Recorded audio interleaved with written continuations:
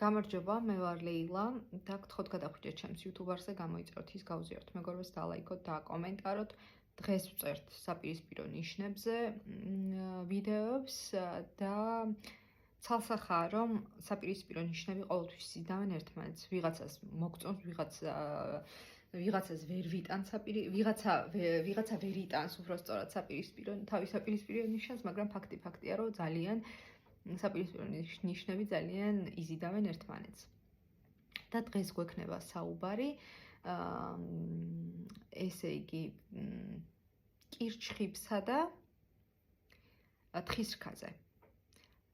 მართლაც რომ კირჩხიბი და თხის რქა ერთმანეთში, ანუ ბევრჯერ მომისმენია, რომ ერთის მხრივ ვიღაცას მოსწონს, ვიღაც არ მოსწონს, მაგრამ კიდევ ერთხელ ვამბობ, რომ ცალსახად ერთმანეთს ეგრევე იზიდავს, ასე ვთქვათ.